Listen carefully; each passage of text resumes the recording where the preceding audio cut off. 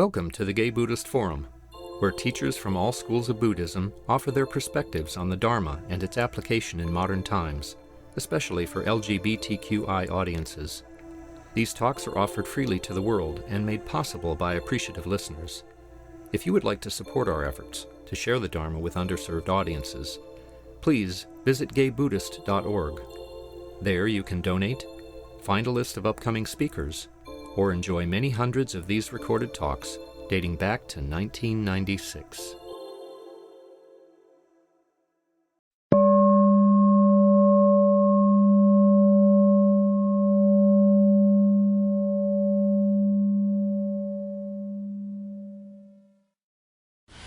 At this point, we usually go around and introduce ourselves. Is there anybody who's here for the first time or returning after a long absence?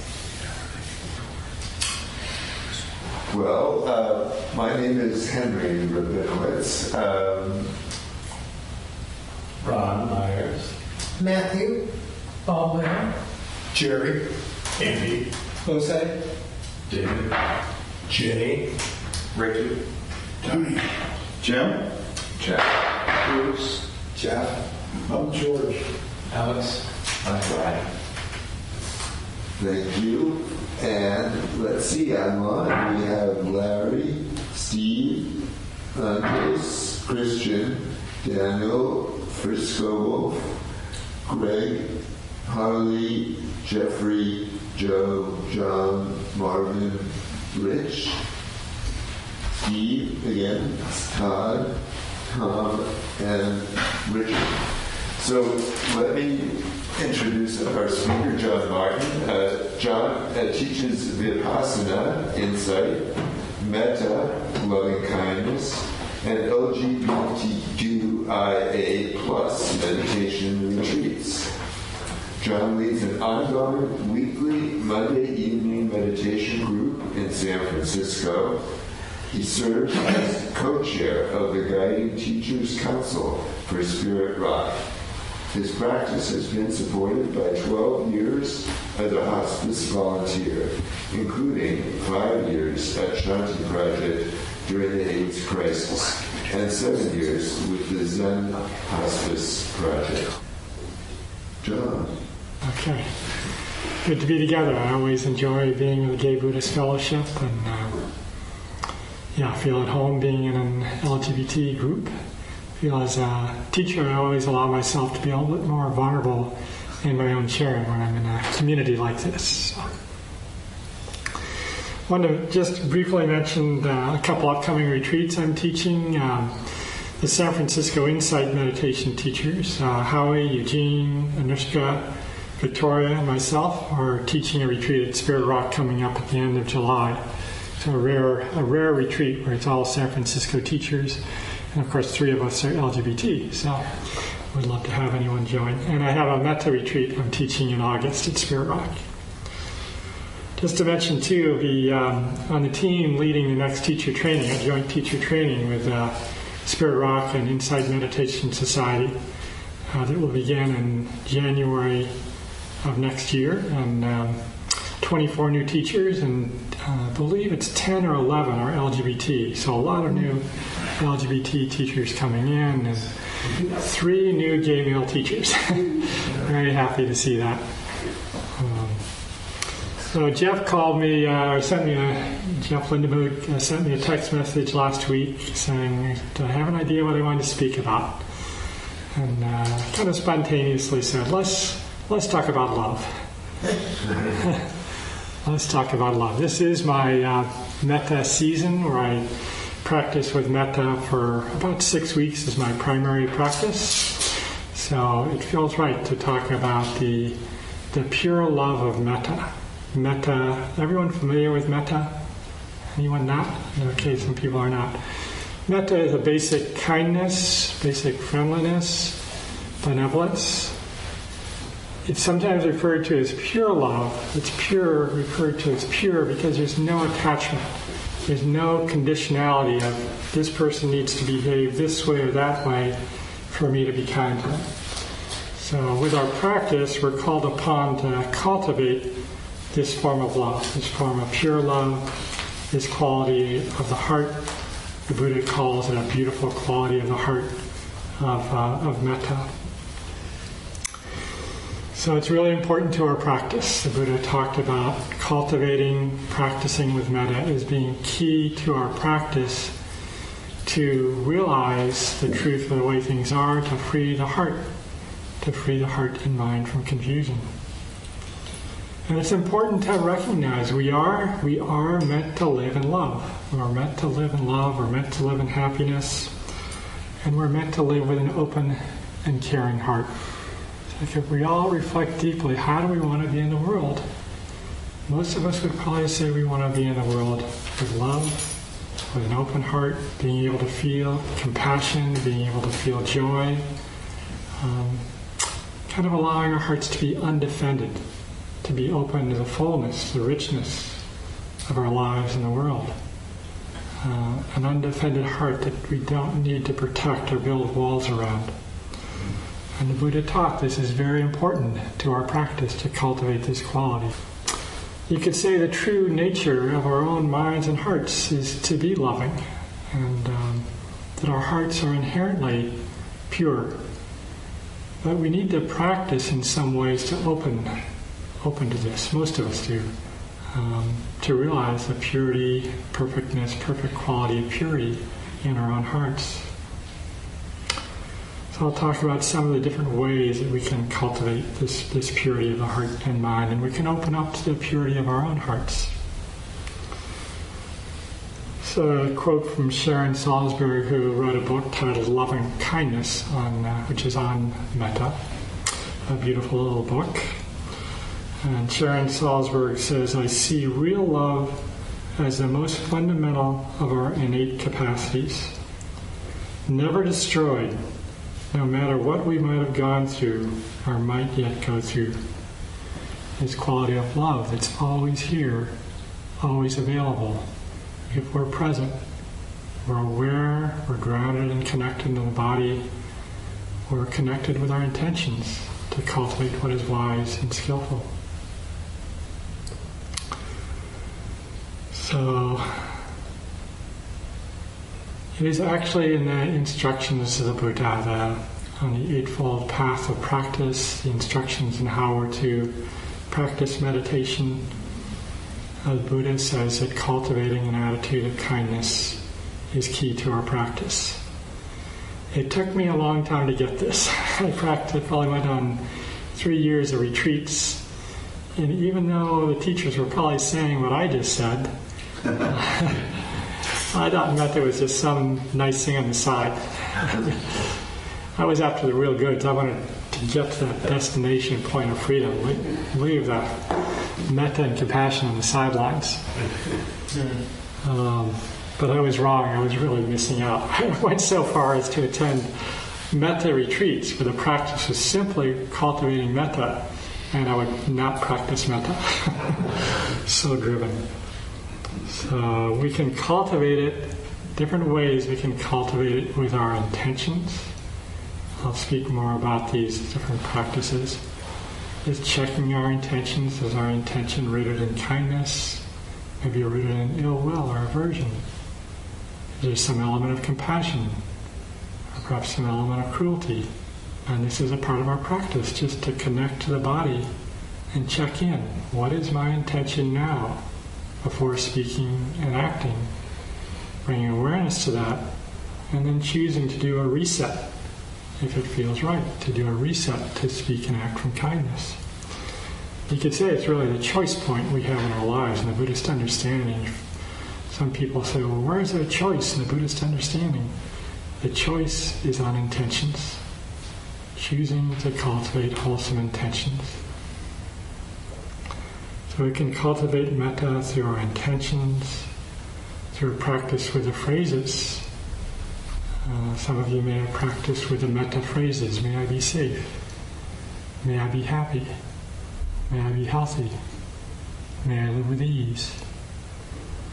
And there's also a radiating practice of metta that the Buddha taught, and I'll quote from the Buddha's words later on in this talk on the quality of radiating metta. So I do love this definition of pure metta being pure love. Ayya Khema, a great Buddhist practitioner, teacher, she said that metta is pure love that has no wish to hold and to keep, but is simply given freely. That's a metta. And you can see the edge, like when someone is upset, maybe saying harsh words to us, can we keep staying with the intention of metta? When we see people in the world who are causing harm, can we keep intending to cultivate kindness even for the person who is causing harm? This is how we kind of stretch our hearts open wider, open to the full capacity of our own hearts. So this attitude of metta, this quality of metta, there's an element of gentleness and caring. I feel this in myself when I'm actively practicing with metta, maybe practicing on a retreat for a week or two. There's a gentleness that comes forward, a sense of caring. There's a sense of being able to be more intimate with my own direct experience, maybe when I experience suffering, maybe physical pain or illness, that I can meet it with kindness and care rather than judgment or reactivity. And there's a sense of empathy that can come forward too. When I cultivate metta, I feel like I can come closer to others' experiences, that I can see what the others' experience might be like. And it really opens the heart up to feel the interconnectedness between all of us. And in some ways, metta can open so widely that at times my happiness, sense of my happiness, can't even be separated from your happiness or someone else's happiness. That's the overall direction of the practice. As metta is cultivated, in my own experience too, the heart becomes more malleable, kind of more malleable and flexible, so that when metta is present, I live right near Market and Castro. If I've been really cultivating metta, a sense of metta is there, I walk out on the street, I see a homeless person, plenty of homeless people in the neighborhood. Maybe there's some small element of compassion. I walk further down the street, people are laughing, smiling. There's some element of joy, supportive joy. Kind of that natural responsiveness of the heart to see and know what is present and allow the heart to respond to that. So, I wanted to mention too, I always feel a sense of metta in the Sangha. You may not use that word to describe the Sangha, but it might be worth reflecting on. I feel a sense of kindness, friendliness, just coming in early and seeing folks on the couches, chatting with each other, feeling the warmth. Even when I see some of you outside of the space, I see James at the gym sometimes, so one of you in that grocery store just the other day. I feel a sense of metta, basic friendliness, kindness, care. This sense of metta is different from what we feel for our partner or our loved one. I've been with my husband for 32 years, and there are some attachments. It's natural. It's not wrong to feel attachment. So we feel that for a partner, for a good friend, for a family member. It's like we're giving something, we're getting something. I think in our 32 years together, we're both practitioners. We've let go a lot of the small stuff, like getting upset, getting triggered so easily. So there's a lot more metta in the relationship overall, but there still are attachments. So a little bit about metta on the path of practice. I'm sure some of you have heard of the Eightfold Path of Practice that the Buddha referred to as the direct path of practice for awakening. And the Buddha didn't say it's the only path, but he said it's a direct path to awaken, to free the heart and mind from confusion, to realize a happiness, a peace that's not dependent on our health, not dependent on our finances, not dependent on even the conditions in the world.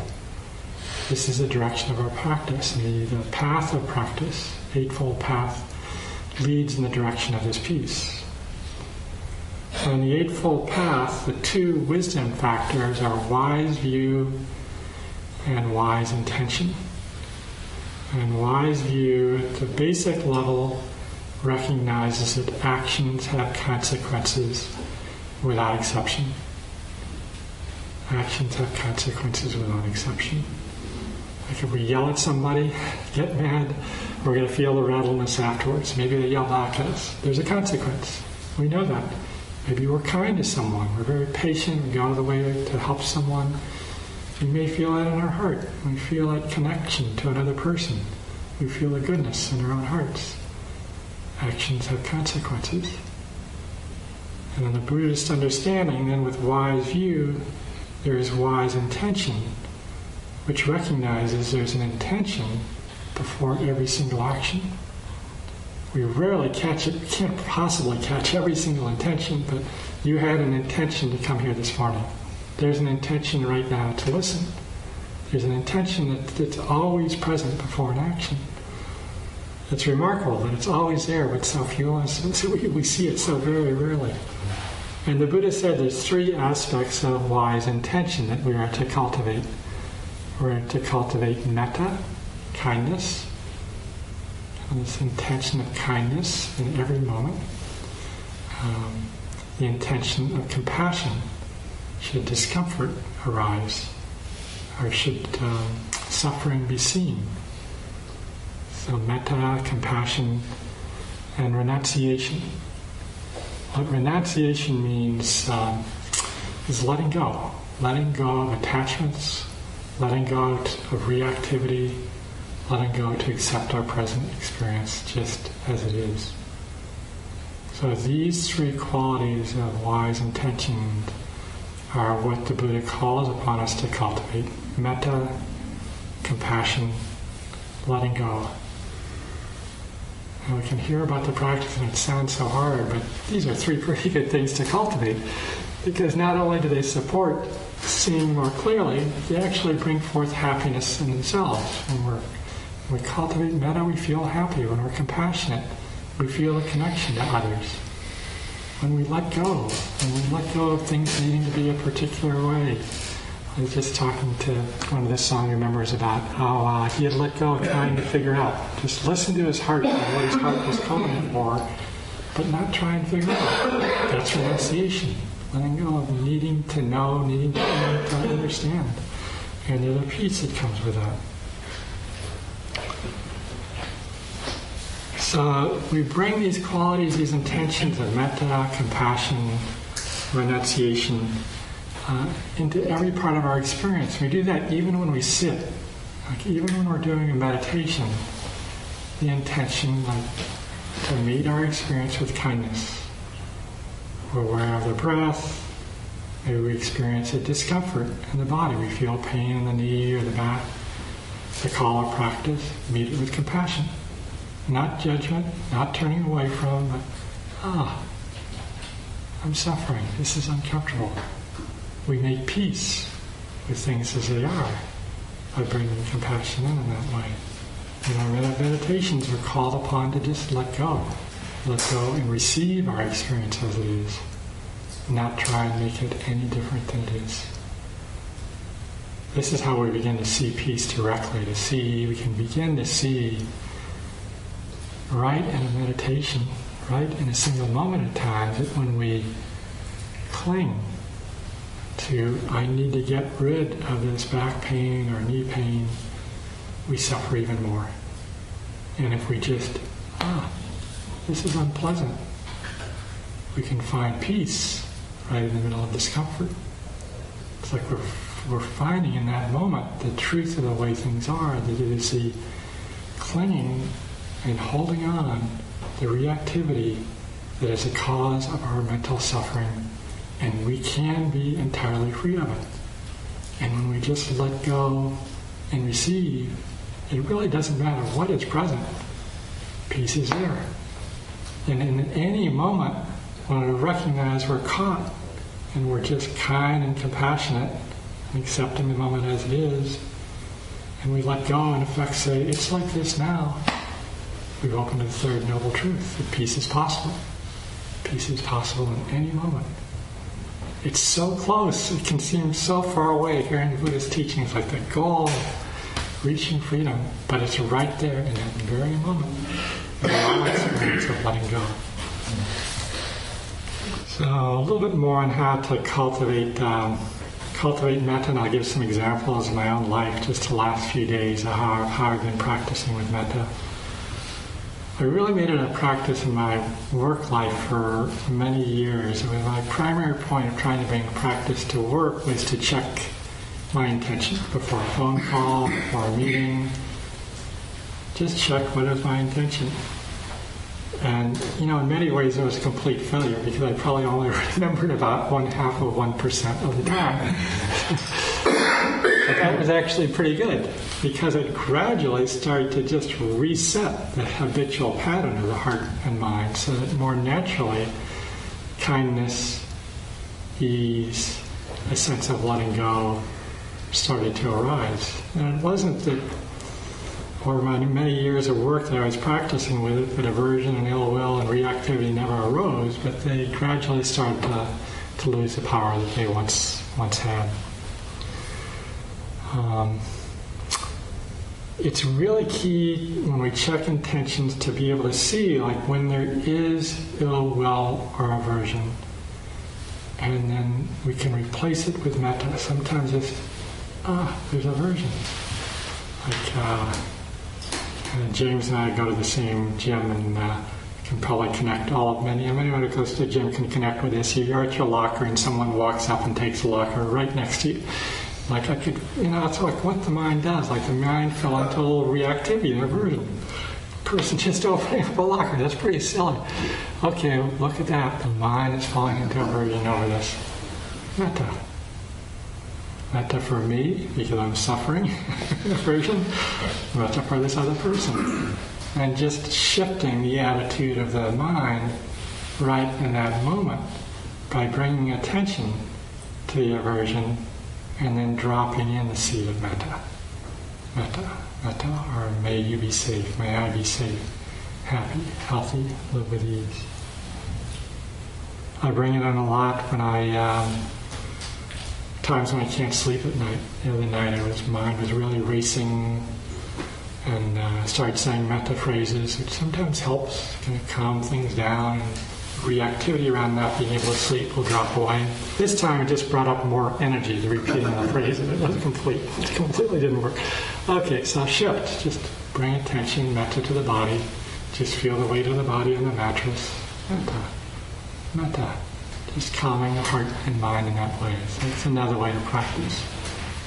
Last night, the way I practiced with it, my partner and I went to Black Cat, a jazz club in the city. It's on Leavenworth and Hyde, so we right in the Tenderloin. I like to not be unafraid of walking anywhere in the city, so we took Muni down to Civic Center and walked right through the Tenderloin up Leavenworth.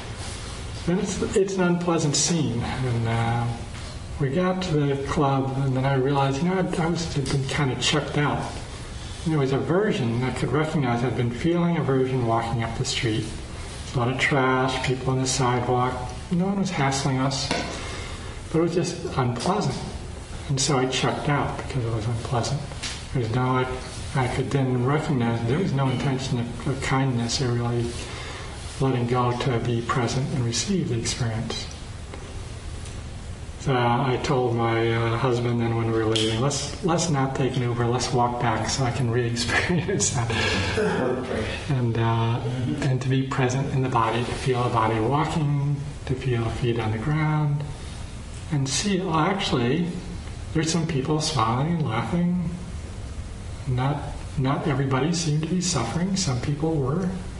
And there's a full range of humanity out there that I'd kind of missed out on. And there wasn't like this giant opening of the heart, but there was some sense of presence, some sense of heart connection in a very gentle, subtle way to what I was seeing. And just seeing the experience in an entirely different way to be present like that. I'll give one more example. A couple of weeks ago, this is something I've worked with over the years with practice. Is like when I used to get sick, I would really get upset. This isn't the time to get sick. Why me? Tighten up. I gotta get through this quickly, which never helps. And so a couple days ago, a little GI stuff going on, just wiped out. Okay. I am the teacher too, so I should be practicing with Metta. So I started just lay down on the couch and just gently, safe, happy, healthy, ease, and gently shifting the attitude so that I could be with my experience with kindness and compassion. And sometimes I forget, but more regularly when the illness comes, I'm able to bring in Metta and compassion. And it's such a great thing to be able to have that tool available as we age, to be able to go in that direction very naturally. When we open to compassion, we're deeply supporting our practice, because the Buddha said we have to understand suffering and to come close to suffering, to see how the mind falls into reactivity, to see and know suffering directly. We have to be kind and compassionate to ourselves. It just isn't possible to realize this first noble truth of suffering if we can't bring in kindness and compassion. That's what I was missing so clearly my first 3 to 5 years of practice. So we can also cultivate metta with phrases. The classic phrases that in the Visuddhimagga are, may I be safe, may I be happy, may I be healthy, may I live with ease. And these are, you can think of as the universal wishes of all beings. Like all beings want to be safe, happy, healthy, live with ease. I can even see this with my dog. He protects his whole body really well. He wants to be safe. He likes to be happy. He doesn't want to be sick. He likes to have ease. Sometimes even with bugs, if you ever, like when I teach at Spirit Rock especially, you'll see everybody in the hall. A bug gets in the hall, they'll catch it with a glass, and you can see the bug get scared. Want to get out of being trapped. So even creatures want to be safe, happy, healthy, live with ease. So we can repeat these phrases as a way of cultivating metta. When I teach metta retreats, the retreat coming up in August, that's all practitioners will be doing for 10 days is just repeating those phrases. That's all they do. First time I ever went on a metta retreat, I thought I was going to go crazy. But the heart really opened up. So sometimes when I do a lot of long walks in the city, I'm also a swimmer, and when I go for walks, I'll sometimes just drop in those phrases. Sometimes I'll forget, just come back into them. Sometimes someone catches my attention on the street and just, safe, happy, healthy, ease. Have fun with it. It's fun to do in the muni car. Just randomly pick someone and put metta to them. Anishka calls it guerrilla metta.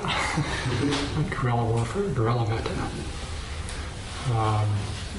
And it's great. I think Marvin's online. Marvin was in my Monday night group. We're both swimmers, and we both practice with the metta phrases when we swim. One phrase per breath is the way I do it. And then the radiating metta. This is a form of practice I started bringing in more lately. It's in the Buddhist texts of bringing in metta, scanning the body, bringing in metta to the body, and then gradually beginning to radiate metta outwards in all directions.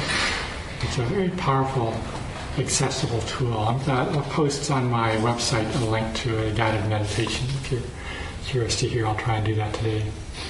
The instructions from the Buddha are: one abides, pervading 1/4 with a mind imbued with loving kindness, likewise a 2/4, likewise a 3/4, likewise a 4/4.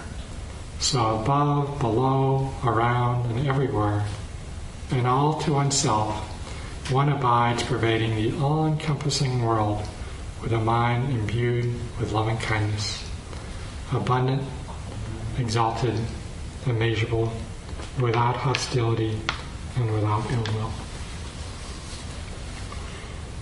So you can draw inspiration too from people you might know who seem to radiate kindness. And it can be random people. Sometimes just a cashier in a grocery store who always seems friendly. It can inspire us to bring more metta into our lives. I remember seeing Sylvia Borstein, who was my teacher for many years. I'm sure some of you know who she spoke here many times. And she kind of radiates metta. It's a pretty abiding quality in her presence. And I just saw her walk into a hall. I had never even talked to her. 100 people in a big hall. I walked in. I could see her at the front of the hall, and she was just radiating kindness and a real sense of happiness too. So I think of His Holiness the Dalai Lama as well as someone who has a more abiding sense of metta. And the Buddha said it's so important to bring metta to ourselves. The Buddha said we should always begin with offering metta to ourselves. So the Buddha said no one in effect more deserving of our love and affection than ourselves. And you can think of it this way, that to open our hearts to others, we really have to be kind and caring for ourselves. And so often I find with practitioners that's one of the harder things for people to do, that the judgments around I'm not good enough or I'm doing it wrong, they're so unhelpful. Like our best friends would never say those things to us, but somehow we say those things to ourselves. And a great substitution phrase, my teacher friend Temple Smith uses this phrase a lot. He uses it in his own practice. May I love and accept myself just as I am. May I love and accept myself just as I am. And you could use that kind of as an antidote, like any time you feel that judgment coming in, not good enough, not doing it right. I think especially gay men, we kind of, the older generation, like my generation, kind of programmed into us as not good enough. So to actually drop in the seed, may I love and accept myself just as I am. It's kind of replacing, cutting off that judgmental thought and just dropping in like a seed of wisdom, a seed of truth. Loving and accepting ourselves just as we are. That's what's going to support clarity and happiness and freedom. So there's this beautiful quote from Mother Teresa. It's an inspiration in metta. Let no one ever leave you without ever feeling happy. And about 2 years ago, I did a year's stint as executive director, interim executive director at Spirit Rock. And I thought, that's going to be my intention. I'm going to have that taped up in my office. It's going to be in my intention to really practice with that. It wasn't so easy. Not everybody I saw, I don't know how a year left happened. But I could keep coming back to it, keep coming back to the intention. And coming back to being present and to be able to see when that intention wasn't there and to just return to cultivating what is wise and skillful. It's not about being perfect. It's about just continuing the practice, keeping the connection to the here and now through the body, choosing to cultivate what is wise and skillful, kindness, compassion, sense of letting go. So there's this beautiful quote. I think this is a little different version than you have on your website. Hatred never heals through hatred. Hatred is healed by love alone. This is the eternal law, quoting the Buddha. And it's true at every level. Like, we need to recognize that when we feel anger, when we feel grief, when we feel irritation, the antidote isn't judging ourselves for being angry the antidote is love. The love is like loving awareness. I'm suffering. I'm angry. This is what it feels like. Sometimes, maybe a fair amount of the time, when we just recognize it, it will just drop away because it loses its power upon being seen. And other times we may have to stay with it longer, just be kind and compassionate with the anger, hold it like the crying baby that needs attention, giving it the loving attention, allowing love to be the antidote. So we're called upon to do it at this very personal level, and then looking at what's present in the world. It's quite an edge, but to recognize that the people who are causing the greatest harm, we can't counter them with hatred. That's not going to be the cure. We can't counter their force of hatred, of ignorance. With hatred, we have to meet it with love. That's going to be the cure. And it is an edge, because like we all can naturally get upset by things we're seeing. It's helpful at times to connect with that understanding of actions have consequences. So to recognize that a being who is causing great harm, there will be karmic consequences. I don't know what they'll be, only a Buddha can know, but there will be a consequence for someone who is killing other beings. There will be a price that they will pay in this lifetime or another lifetime. And we can really hold that with that being with compassion, to recognize they're going to experience more suffering as a result of the harmful actions they're causing. So hatred never heals through hatred. Hatred is healed by love alone. This is the eternal law. It's something we can just keep coming back to again and again.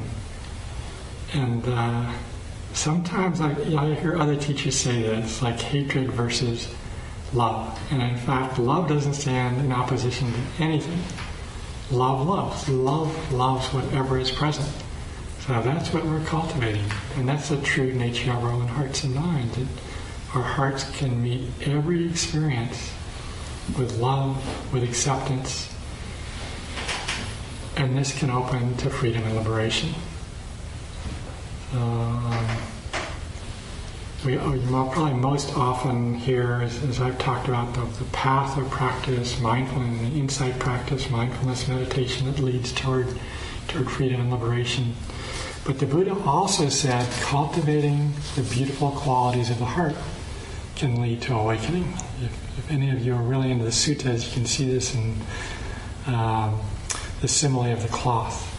And the Buddha talks about pervading the whole world, as I quoted from, with metta, and in the whole world, all directions, with compassion, in the whole world with supportive joy, and in the whole world with equanimity. No boundaries, no limitations, cultivating these divine abodes of the heart. And the Buddha says explicitly, this opens to Nibbana. It's like there's two different directions we can go with practice. We can go toward the insight meditation practice. We can go toward the heart quality practice, the metta, compassion, supportive joy, equanimity. I think I bring in both into my own practice. I teach both. But it's important to know that the heart practices can lead to freedom and awakening. So I want to be mindful of time. So I'll pause here. We like to end about want to have time for questions, Henry. We end about 5:12. Is that right? Yes, okay. That way we have time. So we have time. So why don't I end it here? And thank you for your attention and encouragement for you to cultivate metta. And it will bring forth happiness. It will bring forth a sense of connection to others. It will allow you to come into more direct contact with your own beautiful heart, and it will support awakening. That's my offering of the Buddha's teachings. So, yes. Yeah, when we first started talking about this, being in an undefended place of open-heartedness. I think I have some understanding of what metta is, unconditionality, but I thought, a few weeks ago we had Dale Bordelum speak, and he talked about how all the great beings that he knows of or had time to spend with them were fearless, without fear. And it strikes me that he was kind of fierceness in a way. Gandhi was pretty fierce.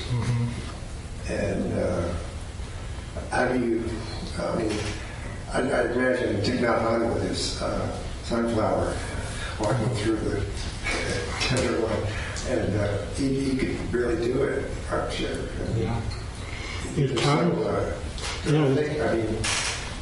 There's such conviction in it.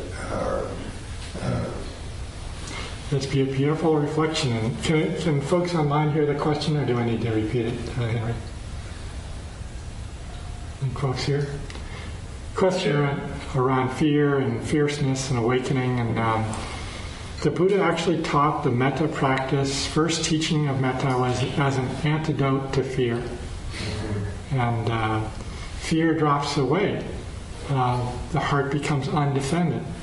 And there's a natural clarity. When the heart is undefended, when the heart is open, it's like we know what needs to be done. We know what needs to be said. We don't need to think about it. It almost comes more from the heart than from a thinking process. And someone like Gandhi, great spiritual leaders, there is a sense of a fierceness because it's so clear in their own hearts and minds on what is the right action to take or the right words to speak. Thank you. Thank you for bringing that in.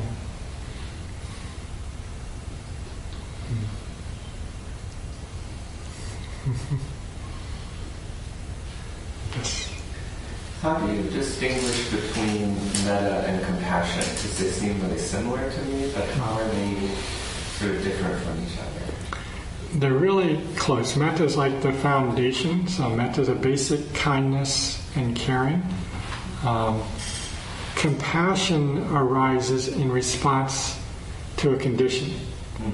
When suffering is seen or known, like you hear of a friend who's ill, and like your breath goes away, I'm sorry, I hope you recover soon. That's compassion. It's just a natural responsiveness of the heart.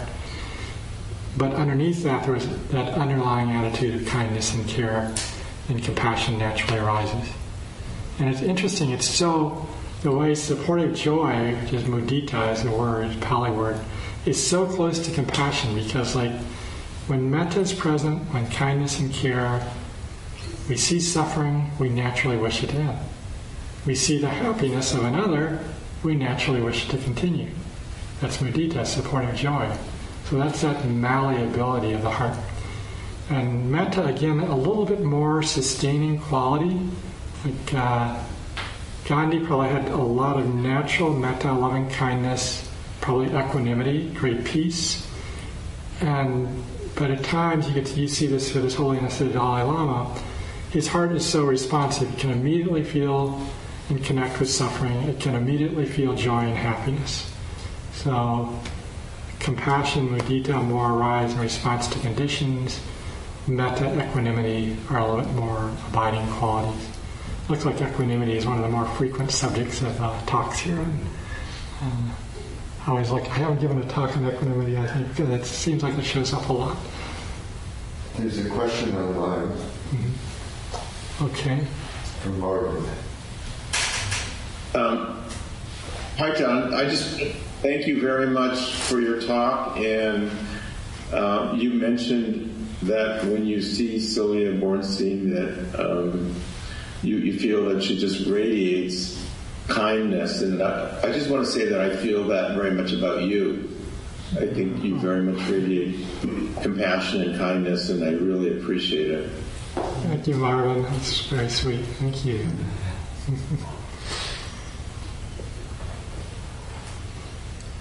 I'd like to be known as a metta guy, I think. There's an attachment there. I have a question. Oh, sure. You mentioned right at the start of your talk about pure love. And I'm interested in the question of, like, how do we know whether our feelings are pure or not pure? And you said if you're with a partner for a long time that there's inevitably going to be attachment. So how do you deal with that? To see the attachments, it's interesting. I will often say offering metta for a pet can be a real good, easy connection. And there I was on first week of a month-long retreat, just practicing with metta, offering metta for my dog. Real easy, like natural. All of a sudden, a thought starts arising. Gee, I wish you wouldn't bark when dogs walk by our house. Oh, there's a little bit of attachment there. And just seeing that, nothing really needs to be done with that. Just, there's some attachment. I'll just go back to the phrases for my dog Gandalf. And eventually it'll start to drop away a little bit. But we see that, like we may start to see metta for a good friend, and we think that's really easy, and then all of a sudden we say, I wish they would be a little bit better about calling me, and we start to see when attachments are coming up and can begin to let go of them. It's like the metta practice begins to purify us, like it does the work for us in some ways. Oh, Marvin, I hope you didn't mind that I outed you, but you use some metta phrases in swimming. It's a great fun practice. But there's different ways. It's really nice to do in walking. Sometimes just do a shorthand, safe, happy, healthy, ease. I hear some people who are musically inclined will kind of sing those words. So. Yes. I have a strange question. Sometimes, like life or work can put you maybe in an adversarial position, like if you're negotiating, for example, like red light. I'm sorry. What is the word? Like if you're negotiating at work, for example, yeah. right? Mm-hmm. Which feels sometimes adversarial. Yeah. How do you think of metta in situations like when you're like? One decision will make one person win or lose, the other person lose. I really tried in my workplace to change that dynamic because there's did a lot of work on construction contracts, which is usually very adversarial, and started by saying, okay, could we start by trusting each other? Could we just say what our goals are, each of our goals, and could we agree to treat each other with respect? And we agree to try and find common ground. Because it's kind of like take a step back at the beginning, kind of in effect say, I see you. I want to understand your perspective. I want you to understand my perspective. Now can we begin the conversation? That would be like an approach, a kind approach. And when you're in those situations too, just the encouragement to really keep the connection to the body. Feel the body on the chair and feel like what's going on. It'll keep you connected to what's going on in your own heart and mind, so you can see when you might start to feel reactive, which is natural, to just pause. There's anger. I'm feeling upset. Take a deep breath. Can I be calm now? Can I speak calmly? A lot of times at work I would if I couldn't get back to a place of calmness, I'd just say, could we take a break and come back in 10 minutes? And I didn't want to be saying words that were unskillful. Thank you. Great question.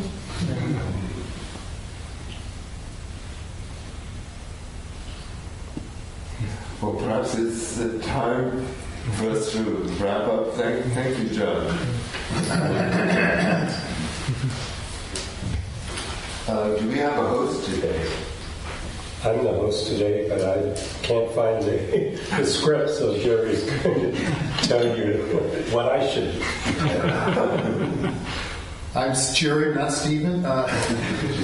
Please stay and enjoy the fellowship of the Sangha after this. There's hot water for tea and cups. When you finish the cups, you can put them in the sink.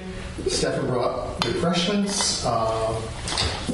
Stefan will be going around with the Dana bowl, and Dana means generosity, and we ask for between $10 or $20 or more to help give honoraries to our speakers, pay rent for this beautiful space. We do a quarterly newsletter that goes mainly to incarcerated people and also to help offset costs for the retreats. And there's a sign-up sheet on the credenza if you'd like to be in the GBF directory.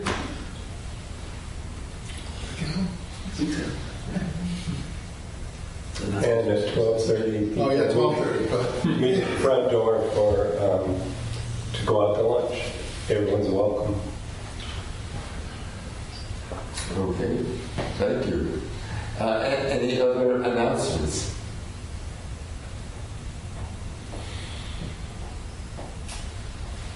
In that case, let's stand for the dedication of merit. John, would you be willing to lead us? I'm willing to do it, but I've heard a beautiful dedication of merit that you often do. If you have your own, what you prefer. Want me to do it? Yes. Okay. I don't know it. Okay. Okay. Feeling the goodness in the room. Goodness of all of the beings in the Sangha, all the beings in the screen. Feeling the beautiful goodness and knowing the goodness is in our own hearts. And wishing that the merit of our time together this morning, the merit of our time together in the Sangha, and our very presence in the world be for the benefit of all beings. With a wish that all beings be freed from confusion. With a wish that all beings open their hearts wide to realize the freedom, the peace that is already here. May all beings be free of suffering and the causes of suffering. May it be so.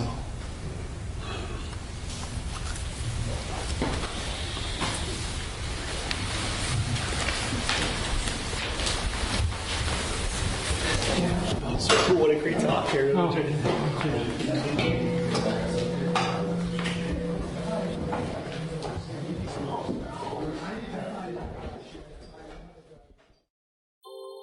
Thank you for listening to the Gay Buddhist Forum. If you would like to hear several new talks per month and be notified of upcoming speakers so you can participate live, please subscribe to this podcast, like us on Facebook, and join our mailing list by visiting gaybuddhist.org.